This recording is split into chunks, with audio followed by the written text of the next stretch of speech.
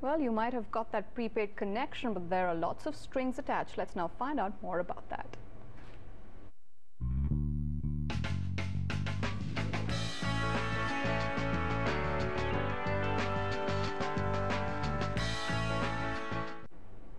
Well, the government is certainly worried. A survey has found out that more than 55% of prepaid mobile phone subscribers have not really provided the details that are necessary for issuing a new connection. And yet, they have become mobile. So then, what about national security? A few months ago, you could have got a prepaid mobile connection in just 10 to 15 minutes. Today, it takes at least 3 days, even if all the papers are in order. That's all because of a survey. The Communications Ministry has found out that on the Idea network, the necessary details about 55% of the subscribers are not there. On Bharti Airtel, 52% customers have not submitted necessary documents. With the rest of the mobile service operators, the scenario is almost the same. The details provided by about 32 to 40% subscribers are questionable.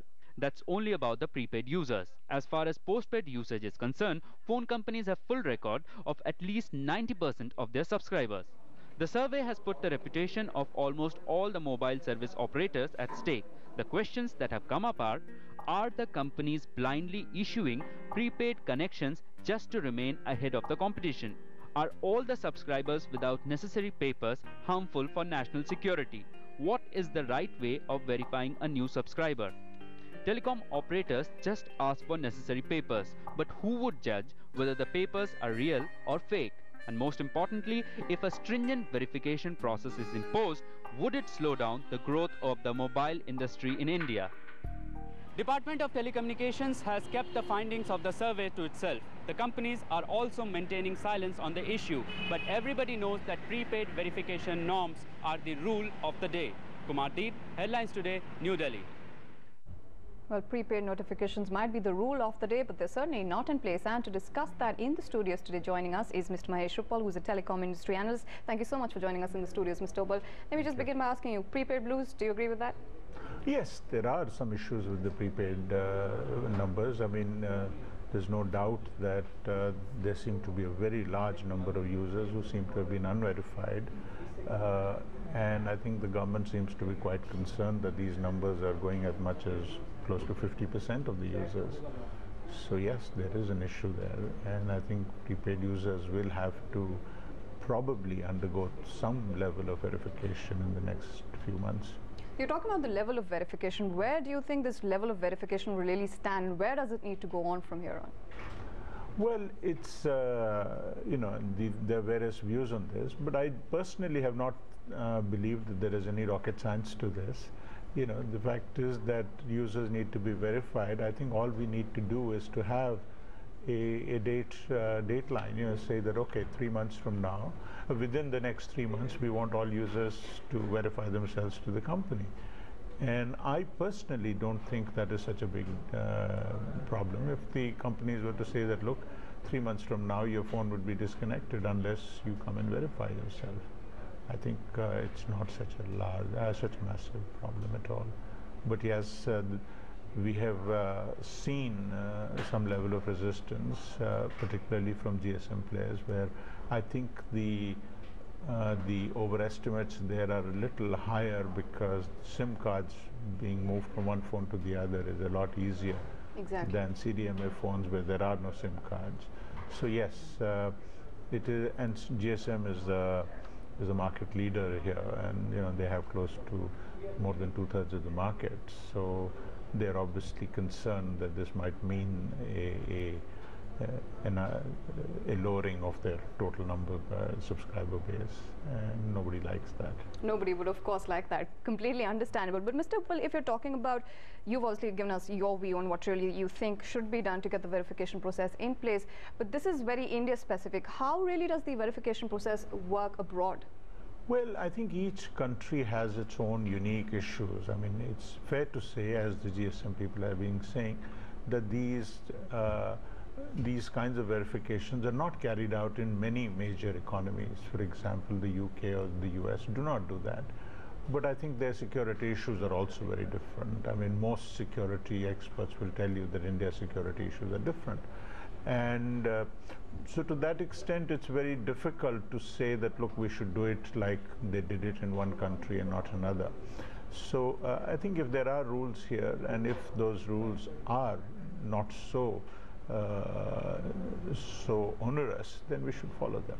So different tastes for different people. In fact, let's just talk about the government and what really wants it to do. Well, the government, what it wants everyone who wishes to get a mobile connection to go through a stringent verification process. Now, Tatas have also wanted the same, but then other mobile service operators are saying that they haven't really got the means to verify all the prepaid users. Now, what would the government do at this stage then? The government wants all the users, whether prepaid or postpaid, to be verified properly before giving them a connection. Let's hear what the forum representing CDMA mobile operators like Tata Teleservices have to say. Always be cooperating with the government on whether it is a phone tapping or it is a verification of the subscriber or anything required by the government on security angle. We are sending our CDRs every month to the government. On the other hand, COAI, representing operators like Airtel, Hutch and Idea, has a different viewpoint. India में कुल मिलकर शायद 80-90 million लोगों 8-9 करोड़ लोगों के पास documents होगा तो what do we do सभी लोगों को सर्विस नहीं देना है क्या Tata says that all the users should be verified, 100% of them. Other operators feel that verification of just 10% of the subscribers would be sufficient for the security of any network. Which idea should be followed? In fact, because of the difference between the two groups, the Communications Ministry hasn't passed any firm regulation on this front yet. In a sensitive industry like telecom, any regulation will be fully effective only when all the players follow them unanimously. Kumar Deep, Headlines Today, New Delhi. So you heard that there are two sides to this argument. On the one hand, you have people saying that, okay, you just need 100% verification process in place. On the other hand, some people say that just a sample of it would do. Would you agree with that, Mr. Uppal? Which side of the fence would you be on? Well, I would personally be on the side of 100% verification. I'm sure there are a few which may probably be impossible to verify, but I think the vast majority of... So then you are saying that there's an impossibility of verifying 100% sample? And I think in those cases, you might well have to get them off the networks. As I mentioned earlier, to me, it does not seem to be very difficult to say that, look, here is a deadline, the 1st of December or whatever, by which every user must come and verify themselves to the company. I have not believed, and I don't believe that there is a problem with that. And I think when we are talking security, I'm no security expert, but when we are talking security, it means very little if you're saying that, look, why don't we do 10% and 15%? So I think security, I mean, you know, it's like saying we will cordon off half of a building. I mean, it doesn't make sense. So you either, I mean, if it is security, then we have to do it properly, I think. So fair enough, but on the other hand, now if this exercise is undertaken, it will have to be an exercise on an enormous scale, and the industry actually says that there are not enough resources to actually go about the entire verification process if you take that 100% sample into action. Well, I think if you look at the revenues of this industry, and if you look at the estimates we have seen for the exercise, I don't think the estimates are that high that people should be worried about them. I think the sector has close to $20 billion worth of revenues. So I mean, even if it costs a few $100 million and it's not even that much to verify these numbers, I don't think it's such a big deal. I think it can be done. And given the stakes here, given the fact that there are incentives to overstate these numbers, given that we have seen very large mismatch between real subscribers and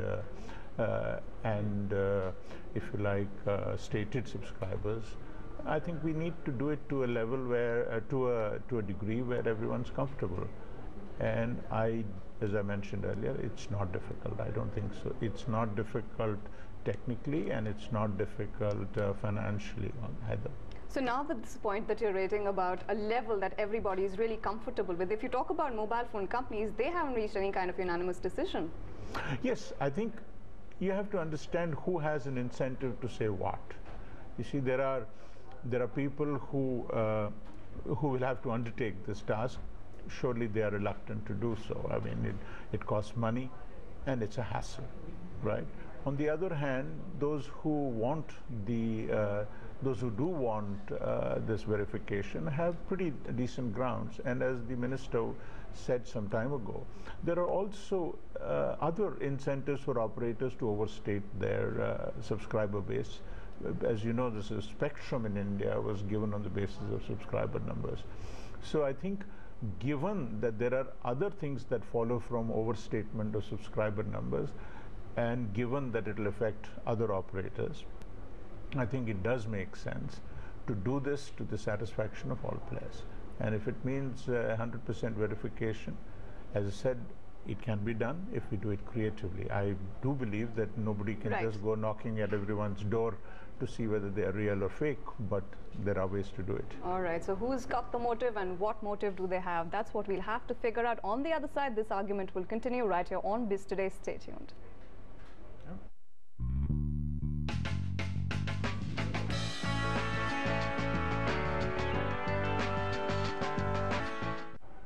So who really is having those prepaid blues? We're exactly discussing just that. We have Mr. Mahesh Uppal in the studios with us. But before we take this discussion a bit further, let's just tell you about an important feature of the mobile phone, which is that you can use it just about anywhere in the world, which also simply means that one can use it for any kind of wrongful purposes if he or she goes out from the network of the primary service provider. Now, that's really the reason why the Communications Ministry has instructed the telecom companies to put up a machine through which they can track the conversations of their subscribers even when they're roaming. Right now, it takes a while to hear the user's conversations because first, one has to find out which network the user is in. Then also the fact that the release line can be used to hear the recording of the conversation. The devices required to hear these live conversations, even the user is in another network, are quite costly. For the GSM operators like Airtel or Hutch, the cost will be much more because the number of GSM operators are many. The subscriber can move to anyone's network then. And then to track properly, the service provider would also need to interconnect their roaming monitoring systems. And all that may just push up the roaming charges. When I make call, I could be on Hutch network, I could be on Bharti network, I could be on Idea, whoever is roaming with me. So, and that will change from time to time, during the same day, during the same hour. So what the agencies would need to do is inform all those companies. That is nowhere in the world it is done like that. I think these are all very far-fetched things which we are trying to make a mountain out of a molehill. So then, like we just showed you, rigorous procedures will have to be put in place to actually find out, to verify those connections. And well, let's just get back to Mr. Uppal now. Mr. Uppal, given the fact that you are seeing statistics actually reveal on the one hand you have more connections that are purchased than you have handsets, how really do you justify this particular gap that you were seeing? Well, there's many reasons why handset sales as well as SIM cards will not necessarily match. For instance, any number of people might have more than one SIM card. Any number of people might buy more than one handset. Plus, there's a whole lot of people who buy their handsets in the grey market. There are another lot of people, especially at the lower end, who also use second-hand phones. So I think given all these aspects, there's really no reason to believe that the exact number, the number of SIM cards and the number of handsets should match. So I think that's a very poor determinant of the number of users. So that means there really are lots of loopholes in place, and those loopholes will have to be plugged for us to move in any kind of direction. No, see, those are not necessarily loopholes. The only thing we're saying is that the number of handsets and SIM cards do not match. But as I said, I mean, if all you're saying is that you will not issue a SIM card before withdrawing, verifying somebody's particulars, I mean, that is relatively straightforward. I mean, there's no loophole there. I mean, the companies are, since the whole issue blew up, I mean, I think most companies have now tightened their systems. Most companies are verifying these things. So it's not something which is virtually, which is impossible to do, except that companies have been found wanting in what they were doing earlier. I think they have been a little lax. They've not had the incentive to have the kind of tight check that was required on this thing. And the government is concerned, and I guess something will have to be done about it. Right. So something surely lacks somewhere. In fact, if you talk about the verification process, then verifying the users, but then don't stand in the way of growth of the industry. That really seems to be the motto of the Communications Ministry. Let's now take a look at some of the proposals that have been put in place. The next time you go from Delhi to Mumbai and use your phone, you might not have to pay any roaming charges because you would be given a new local connection. Of course, only if the Home Ministry agrees to the proposal forwarded by the Communications Ministry. According to the new proposal, if any existing mobile phone user goes to another city for some days, he can be given a new connection in that city. For that, the service provider will check the records of the mobile subscriber. In fact, it's just not on how the person used his mobile. The new connection can be issued even after checking the person's passport. In small city, a bank manager can verify the antecedents of a new user, while in villages, the panchayats would do the needful. You can get a new connection for the persons working at your home. As long as the master, like the fellow who has the survey or the driver, he verifies that so-and-so is working for me and phone should be given to him and I take the responsibility. And he identifies, that's all. Like the mobile phone operators, the government is also particular about the telecom industry's growth. They don't want to take any step that can topple the boat. That's why, after the metros, the government has turned its attention to the small cities and villages where many people don't have the required documents for getting a new connection. Efforts are also on to relax the rules for prepaid verification even in metros. Telecom companies may be given certain concessions in the new prepaid verification norms. People like bank managers may get certain additional responsibilities, though the new subscriber additions may also take a hit. Kumar Deep, Headlines Today, New Delhi. So, Mr. Uppal, let's talk a bit about the metro-rural divide. On the one hand, you have rural places where people don't really have the kind of requisite documents that are required to get a verification process underway. So then how do you plug this particular kind of gap? Well, we mustn't overstate this problem, although, I mean, there is some point in what people are saying. Yes, the verification in rural areas is just marginally more difficult. But remember, even by TRAI's own statistics, I mean, our services go to roughly about 30 to 40% of India's subscribers. Sorry. Only 30 to 40% of Indians are reached by the mobile industry. So we are not talking about huge numbers of rural subscribers. There are very few rural subscribers. But that number is still there. It is very much there. And I think the government will have to assist the operators. Operators do have a point. But I think it's not a problem that is unsurmountable. I think the large majority, and I would venture close to 90+% of these subscribers are in fact urban, and I think they would, given some time, and I think they would have identification that they can produce. That's my sense. Well, you're very optimistic on this particular front, and I don't want to sound like a cynic, but then on the one hand, when we're talking about verification, how valid, how real can this verification be when you're actually talking about fake documents that can be produced? Sure. I mean, you see, now there are those issues that we'll have to worry about, and the government, I mean, the operators are absolutely right in saying that the government will have to assist them. The operators cannot do the policeman's job, but I think the operators can implement the rules that are in place. I think those two things should be separated. The former is difficult, the latter is not. All right, Mr. Mahesh Uppal, thank you so much for joining us in the studio with your perspective. So you just heard what Mr. Mahesh Uppal had to say about this entire issue about prepaid mobile connections and how the entire verification process will have to be put in place. Of course, lots of problems which have to be taken care of. On the other side, we'll tell you, well, something's looking good, and that's the last read. That's on the other side. Stay with this today.